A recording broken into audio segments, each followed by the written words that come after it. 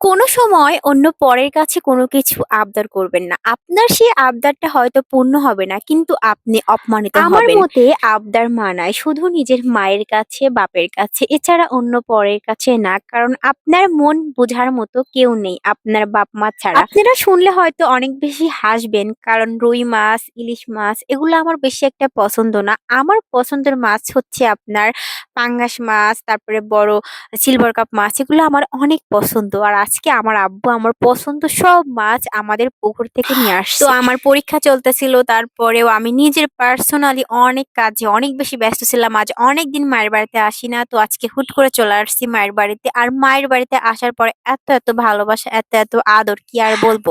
আমার বাপ মায়ের হয়তো সামর্থ্য নেই আমাকে লাখ লাখ টাকা দেওয়ার, ভরি ভরি গহনা দেওয়ার, কিন্তু আমাকে যতটুকু ভালোবাসে আমি মনে করি আমি এতেই ধন্য। হয়তো অনেকের কপালে এটুকু থাকে এখন না। তো রাস্তায় বের হলেই দেখা যায় চিতই পিঠা আর হরেক রকমের ভর্তা। তো ইদানিং আমার কেন জানি অনেক বেশি চিতই পিঠা খেতে ইচ্ছা করতেছিল। তো আমি কিনে খাই নাই, কারণ সেটা কেমন হয় আমি জানি না। তো আম্মুকে বলছিলাম যে, আম্মু জানো রাস্তায় বের হলে শুধু চিতই পিঠা দেখা যায়।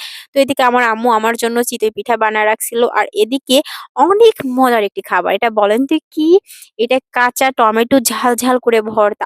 অনেক মজা। এছাড়া ছিল টাটকা ছোট মাছের বড়া। তো অনেক মজার মজার খাবার। এই মাত্র আসলাম আর এগুলো পেলাম। এছাড়াও আরো অনেক কিছু আছে, সবকিছু শেয়ার করব পরবর্তী একটা তার ভিডিওতে। আগে আপনাদের কাছে আমার ছোট্ট একটা প্রশ্ন। আচ্ছা বলেন তো, আমি কি এভাবে কথা বললে ভিডিওগুলো ভালো হয়? না আমাদের পাবনা জেলার আঞ্চলিক ভাষায় যে আমি ভিডিও করি লাইসু, খাইসু এরকম ভাবে কথা বললে ভিডিওগুলো বেশি ভালো হয়? অবশ্যই কমেন্ট করে জানাবেন।